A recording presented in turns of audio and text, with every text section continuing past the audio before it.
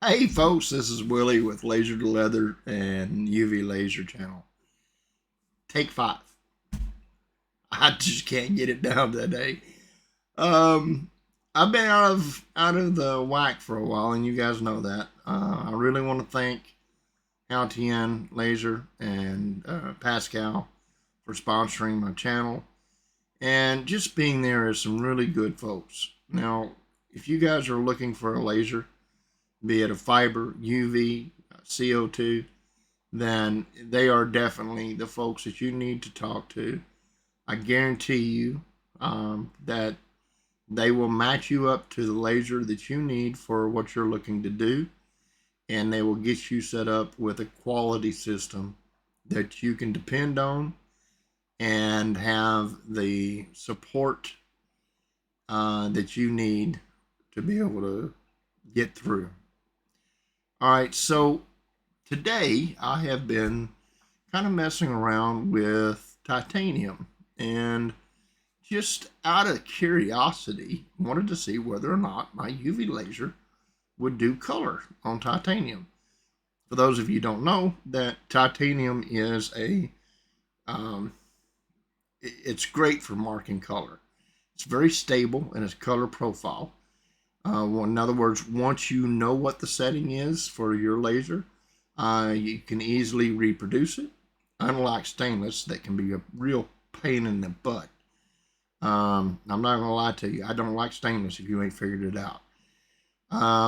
And it is the colors to me are more pronounced and really look good.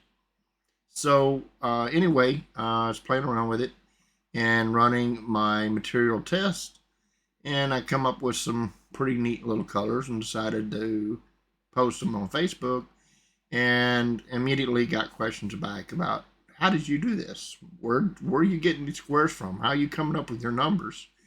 And it surprised me a little bit. Now, no offense to those folks that asked that question.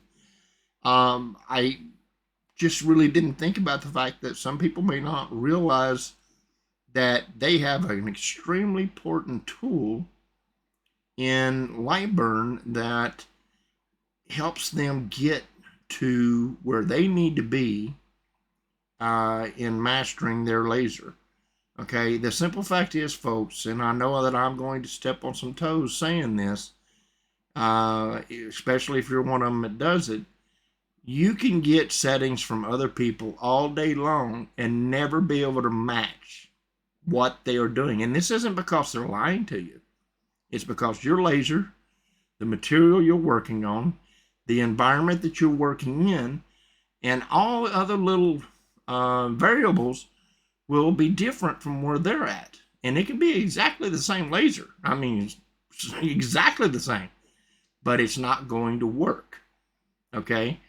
So you need to utilize the tool sets that you have available to you to master that laser. So to give you an example of what I mean by color, we're talking about right here. And as you can see, this really looks, I mean, you can see the colors in here. We've got some reds, some blues, and the camera's not doing it real justice. For those of you that don't know how you are getting color on these kind of metals, this is a form of oxidization. And what is actually happening is crystal deposits are being formed on top of the metal. And these crystal deposits are reflecting the light back to you, just like you do with a prism, okay? And so, depending on the amount of energy that is being put in a section, the deposits form differently and at different angles. And because of this, they reflect different wavelengths of light back to your eyes. And this is how you're getting your color. That's important because you need to keep in mind what I said about the fact that these crystal deposits are being put on top of the metal. They can rub off, they can be sanded off, they can be scratched off. So make sure that if you're doing something as far as jewelry or something like that, that you are not making, make sure your client knows, hey, this isn't something that that you can pass through a sandblaster or put in a sonic cleaner and it not suffer the worst out of it. Okay, so this kind of jewelry is stuff that you would hand clean and things like that, because again, it's not going to just rub off, but it can be taken off. Okay, so let's go back to hiding my ugly face and then bringing this up. This is my Lightburn window, folks. Now you'll notice in here that I got this little blue square. Well, the reason why I prefer to do this kind of setup is to actually go into my laser and get into devices and create a color profile. For example, titanium, TIT. So my UV laser is using a 150 lens, and this is my titanium color profile. Once I have saved this device as my titanium color profile, now it's exactly the same settings as all the others, then what I can do is I can go in and select my different layers that correspond to the color that I want to recreate, and use these color chart down here at the bottom to make my different layers for whatever item I'm drawing on. Okay, to me this is easier because there's different shades of red. There's a this red here, and then there's this red here. Well, if you could actually see the red,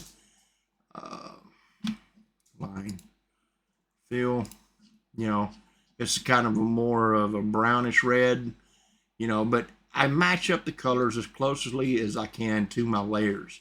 Now there is an alternate way of doing that, where you go into your library and you actually assign a layer.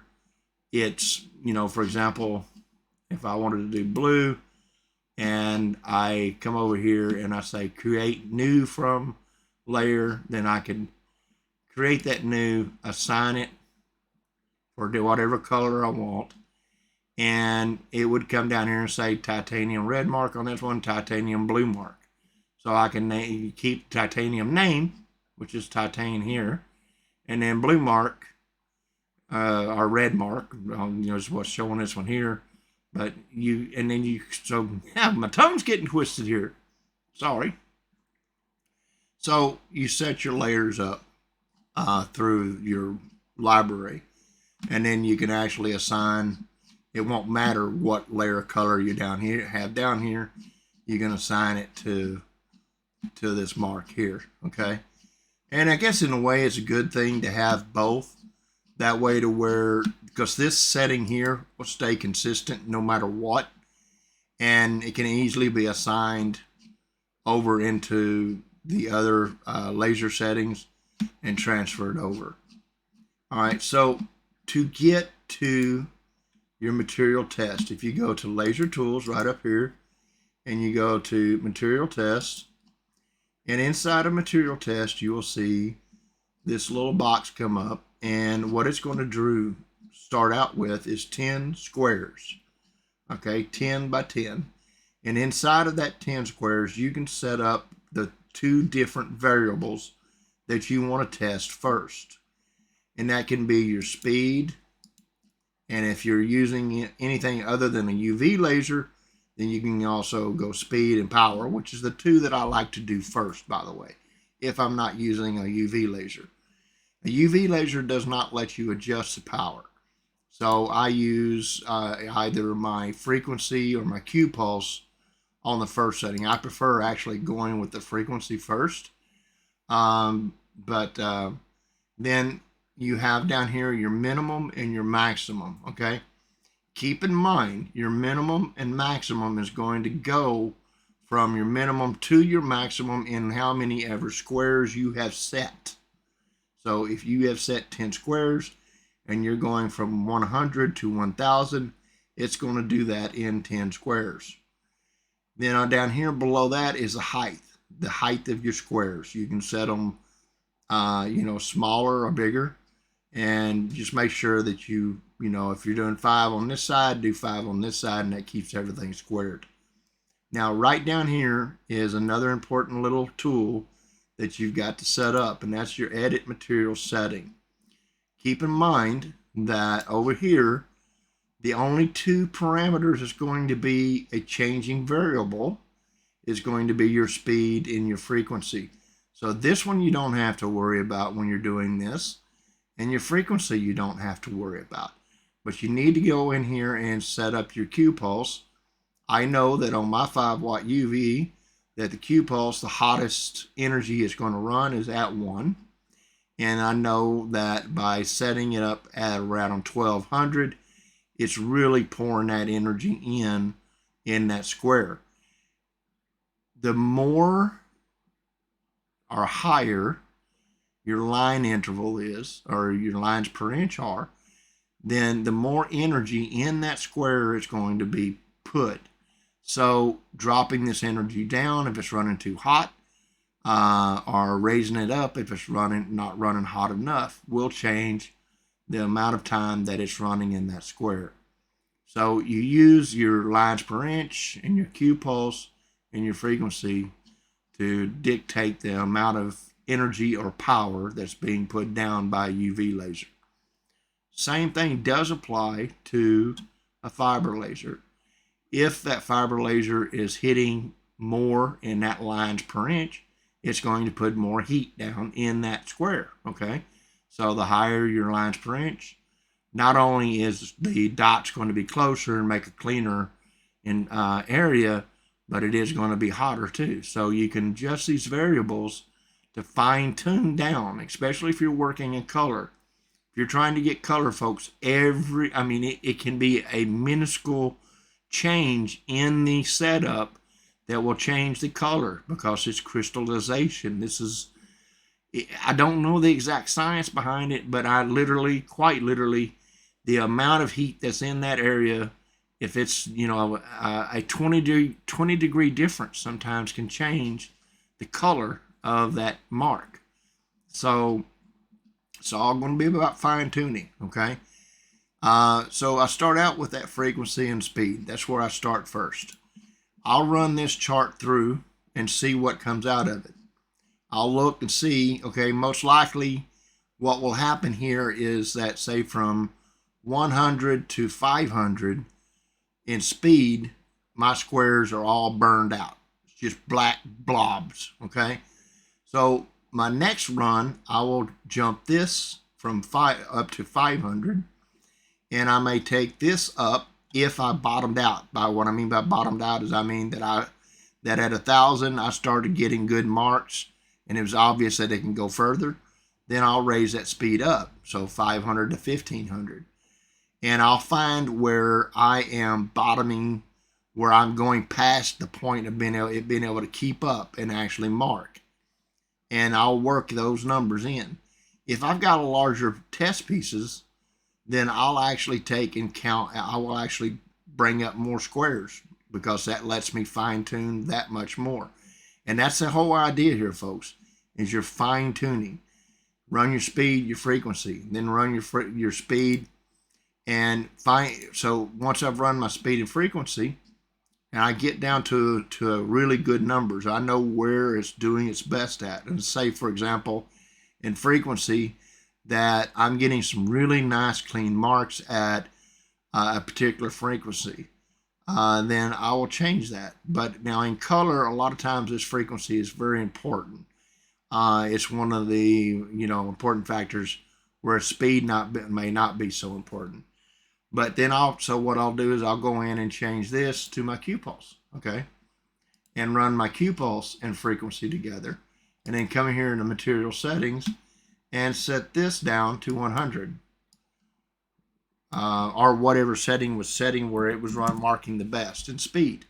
All right, now that is my hard point. It's going to stay at 100 speed, and my Q pulse and frequency are going to be the ones changing. And then I'm going to leave this alone. Now remember, the more settings you change, the more you're trying to track something down. So you work slowly. And I'll tell you, folks, I will mess up 50 pieces of material. I'll run 50, 60, 70, 80 tests to dial this down. This is the kind of homework that you have to be willing to do to master your machine. Asking for help from others is fine and well, okay? But you're not going to master your machine from their settings.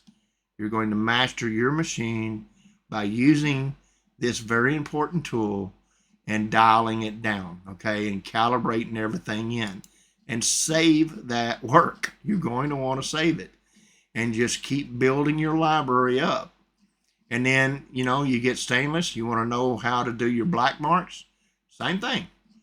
Set up your marks in here and use this and get your black marks. Then you'll come in here and you'll save for stainless steel. And that's how you build your own library up. It's all fine and well to download a library from Laser Everything or somebody else's library to have a start. But if you're wanting to get those numbers down to the best quality, the best mark for your machine, it's going to take you coming in here and doing these kind of tests. So that's it, folks. I'm not going to get too complicated into this. For those of you who don't realize that, your edit text setting is simply what put numbers in here that is going to mark your text, because that's what, if you look over here, whoops, where's my, this is what you're seeing as far as your marks there on the side and stuff. That's your text. So, just use a setting that is going to mark. It's basically the idea there. And then in the edit border, this is something new that's been added to it. Make sure that you take it off of fill and set it for line. This can get you, because you'll run your material test and then it's actually going to try to cover that whole thing up if it's on fill. This is just a border. Me personally, I hate Jason's going to throw something at me for saying this, but I wish there was a way of turning that off. I don't need it. I don't need a border. That's not what I'm, I guess you could set this up to where you can actually use it to cut. So in other words, you draw out your test pieces and then edit the border settings so that it actually cuts that out. And then you can store those pieces in. So like, for example, leather or other soft material that's easy to cut, you can use this border setting to actually cut your squares, your tests out, and keep them as a reference itself, which isn't a bad thing. I do keep a lot of my pieces off into another shelf that I can pull out and say, okay, how did I get this number, or what did I use to do this with? So I'm going to, here in a bit, later on in the week or something, probably start doing some more videos on Lightburn. Those guys over there, they've been incredible as far as building this software up to a point that it is not only a hobbyist software, but a production software. And there's a lot of tools in here that people miss. So once again, really appreciate your time. You folks have a great night, and God bless.